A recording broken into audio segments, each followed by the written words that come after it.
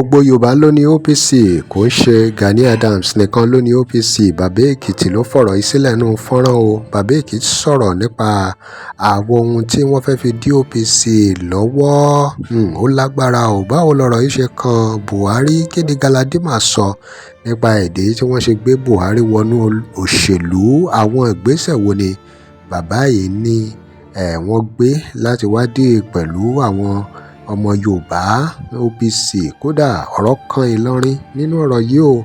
Ẹ̀yin èèyàn, Bàbá Èkìtì máa fọ̀rọ̀ burúkú ránṣẹ́ sí Pásítọ̀ Túndé Bákàrè lórí ọ̀rọ̀ tí wọ́n sọ tí wọ́n sọ pé Buhari ò mọ kankan nípa bí wọ́n ṣe kọlu ilé Sunday Igboho lọ́jọ́ sí Nsukka nìbàdàn, tí bàbá yẹn fi wá ń ṣàlàyé. Ìyẹn Bàbá Èkìtì tí wọ́n ń sọ gbogbo ohun tó ń ṣẹlẹ̀ lọ́jọ́ náà, láago kan rú gbogbo ara tí àwọn DSS dá àti gbogbo ẹ̀mí tó lọ sí operation náà. Ẹ wo nǹkan bẹnu fọ́nrán yìí o. Bàbá Èkìtì ló fọ̀rọ̀ lẹ̀ o. Ohun tó sọ òun náà la gbé wá fún yín. Kí lè ròyìn lórí ẹ̀? Ẹjá gbọ́ ohun tí wọ́n sọ lẹ́kùnrẹ́rẹ́ náà kí a wá fèsì lórí ẹ̀.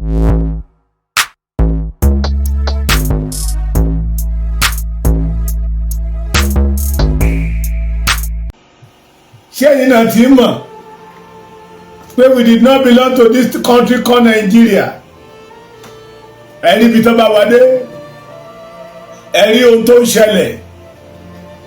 Gbogbo àwọn tó yí wa kátà àwọn ò gẹ́gẹ́ bí bàbá. Ọ̀nà bí Yorùbá ó ṣe ṣubú náà ń là lójoojúmọ́. Àti ẹ̀rí wọn lẹ́yìn Yorùbá. Ọ̀nà bí Yorùbá ó ṣe dìde kò kàn wọ́n. Mo rí ọ̀rọ̀ kan láìpẹ́ yìí. Bùbá Galadima, ẹ máa mọ̀ dáadáa, Bùbá Galadima. Ó ní wọ́n mọ̀ọ́mọ̀ gbé Buhari wọnú politics to deal with OPC, Oòduà People Congress. Wọ́n mọ̀ọ́mọ̀ gbé Buhari wá to deal with OPC, to stop the OPC. Who owned the OPC? Ìjàgbàgbé Gani Adams called the OPC. The OPC belonged to the Yoruba race. During the time tí OPC tó bẹ̀rẹ̀, OPC bring respect, honor to the Yoruba race. Àwọn wọ̀nyí wá jáde síta pé they bring Buhari to the politics so they can be able to stop the OPC. Mo fẹ́ wá síta ní níbi tí mo ti rí o. Mo fẹ́ wá síta.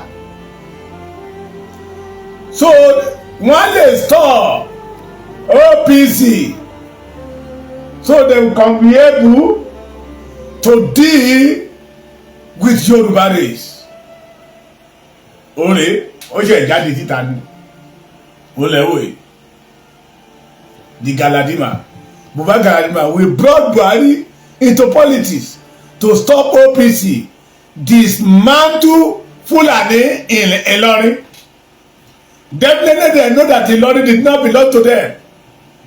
So they don't want anything that belongs to the Yoruba to exist in Ilorin. They bring Buhari to politics to deal with the Yorubas. They bring Buhari into the politics to stop OPC. Kó má lè rí àwọn Oòduà, àwọn Fúlàní lé ní Ìlọrin.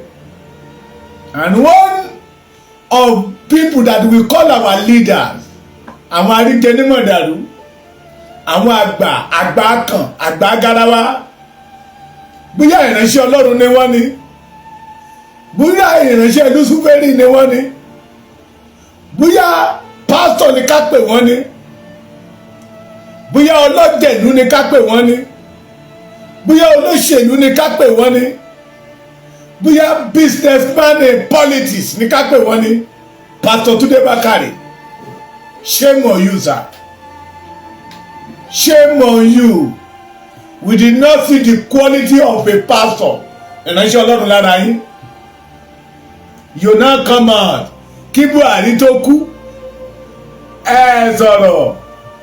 Buhari wá jáde tán. Ó jáde láyé tán. Ẹ ṣe wá sọ̀rọ̀ pé Buhari did not know anything that happened in Sunday Igboho's house. and you want the Yoruba to believe in you. Àwọn bàbá wa àtijọ́ mà kárí o. Olórin kan wá kọ́ lórí. Ó ní mo kọ́gbọ́n orí mi bí mo bá kàwé o. Mo mọ̀ kọ́gbọ́n orí mi bí mo bá kàwé o. Àní mo kọ́gbọ́n orí mi bí mo bá kàwé o. Mo kọ́gbọ́n orí mi bí mo bá kàwé o. Ìwé mọ̀ làgbà ọgbọ́n orí mọ̀ ló jẹ́ bàbá o. Ìwé làgbà ọgbọ́n orí mọ̀ ló jẹ́ bàbá. Mo kọ́gbọ́n orí mi, mo kọ́gbọ́n orí mi bí mo bá kàwé o. Alhaji Lukman, ẹ kú ọjọ́ méje, ẹ kú ọjọ́ mẹ́ta. Buhari was a president for good 8 years. Let us forget about Jubilee or no Jubilee, fake Buhari or no fake Buhari. Buhari was a president, was in the record for good 8 years. Buhari did not know that Fulani is killing the Yorubas in Ibarapa, in Okeogun, in Ondo State. Abibeko, Buhari did not know when the DSS Tokogun lọ lẹ́sẹ̀ tí ọmọdé yẹmẹ Igboho jà ní July 1st 2021 láago káàbòrú. Buhari did not know anything. Ẹ má bá mi love, ẹ má bá mi like ẹ, wọ́n ti dé. Buhari ò mọ̀ nígbà táwọn DSS fail to emulate the Sunday ọmọdé yẹmẹ Igboho ṣá tó di ọjọ́ kejì tí Sunday Igboho tó sọ̀rọ̀ síta pé mo ṣì wà láyé, Ọlọ́run ò fẹ̀mí mi lé wọn lọ́wọ́. Buhari did not know when the DSS declare Sunday Igboho wanted gẹ́gẹ́ bí Pastor Tunde Bakare. Wọ́n flag program yẹn ni gẹ́gẹ́ bí Pastor Tunde Bakare ṣe sọ. Ìgbà tó ń parade àwọn Lady K, Demola Omiyale, Ladele and Co, all the 12 people tó kó nílé Sunday Igboho tó parade wọn. Ọmọ wa gaba yìí o, kí lẹ ní àṣetẹ̀bí ń sọ̀rọ̀ ẹ̀ gan.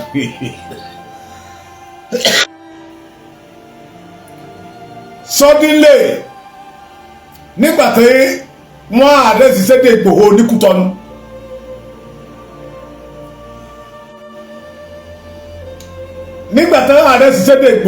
Kútọ́nù, ọmọ Yorùbá kan ní ambassador to Nigeria ní Kútọ́nù. Ṣé Buratai ló ṣe jẹ ara ẹ̀ di ambassador? Ọmọ wa ga o. Suddenly Buratai became an ambassador. Jẹ́ bá ń tàn wá àdìtànra wa. Àwọn tí Buhari rán lọ sí Kútọ́nù signed paper by Mr. President. Ẹ̀yin àgbà Yorùbá yìí, àwọn àgbà rí jẹ ní mọ̀dàrú tó ń dorí Yorùbá kodò. Àwọn òṣètò láti ṣe ìran Yorùbá lóore dùkọ́ ṣe Yorùbá níkà lọ.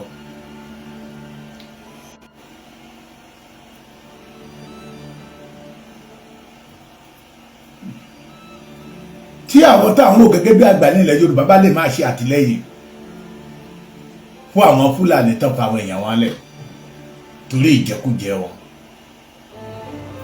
Now lénìí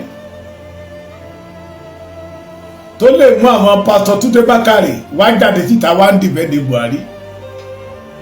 ẹ rí i pé ọ̀rọ̀ tí mo máa ń sọ everyday pé